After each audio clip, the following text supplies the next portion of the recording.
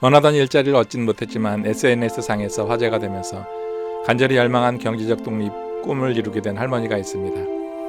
브라질 상파울루에 살고 있는 101살 할머니 마리아 까르도조가 화제의 주인공입니다. 할머니는 최근 상파울루의 한 육류 가공회사에 이력서를 냈습니다. 증손녀를 통해 이력서를 낸 마리아 까르도조 할머니는 작은 와인과 약간의 고기를 사기 위해 일하고 싶다고 밝혔습니다. 할머니가 돈을 벌어야겠다고 하는 확실한 이유는 바로 와인 때문이었습니다. 누구보다도 와인을 좋아했던 할머니는 와인을 사기 위해 딸에게만 의존하지 않기를 원했으며 자식들에게 의존해야 한다는 그 부담을 가지고 있었습니다. 할머니는 좋아하는 와인을 누구의 눈치도 보지 않고 마시기 위해 술값을 벌어야 되겠다며 일자리를 달라고 이 회사에 졸랐습니다.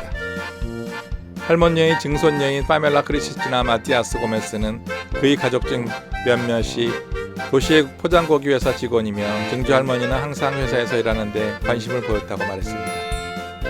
줄리아나 할머니와 인터뷰를 해봐라 하는 메시지를 보냈다며 그러다가 생년월일을 보고 너무 놀라서 하느님의 사랑을 위해 이력서를 나에게 가져오라고 말했다고 했습니다.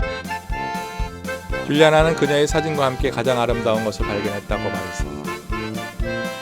육류 가공회사 인사 담당자인 줄리아는 당시의 감동적 신간을 회고하면서 자식들에게 의지하지 않고 스스로 와인값을 벌기 위해 취직을 하시겠다는 말에 감동을 받았다면서 이런 정신이야말로 본보기가 될 거라고 생각해 SNS에 할머니를 소개했다고 덧붙였습니다. 아라우호의 SNS 글은 온라인 입소문을 타며 순식간에 화제가 됐습니다. 그때부터 기적이 일어나기 시작했습니다. 할머니 사연을 알게 된 한 와인 회사가 할머니에게 평생 와인을 공짜로 대주겠다고 나선 것. 아라우호는 할머니 연락처를 달라는 기업이 줄을 서고 있다며 할머니가 돈 걱정 없이 와인을 드실 수 있게 된 게 가장 기쁘다고 말했습니다. 100살 넘은 나이에 돈을 벌 수 있는 길도 활짝 열렸습니다. 한 와인업체의 사장은 할머니에게 매료돼 이를 제안했습니다. 할머니의 증손녀는 와인회사 사장이 비디오 컨퍼런스를 통해 할머니와 오랜 시간 얘기를 나눴다며 할머니를 소믈리에 겸 인플루언서 홍보대사로 채용했다고 말했습니다. 이 회사는 여성의 날에 맞춰 할머니를 원톱으로 대대적인 광고를 준비 중인 것으로 밝혀졌습니다.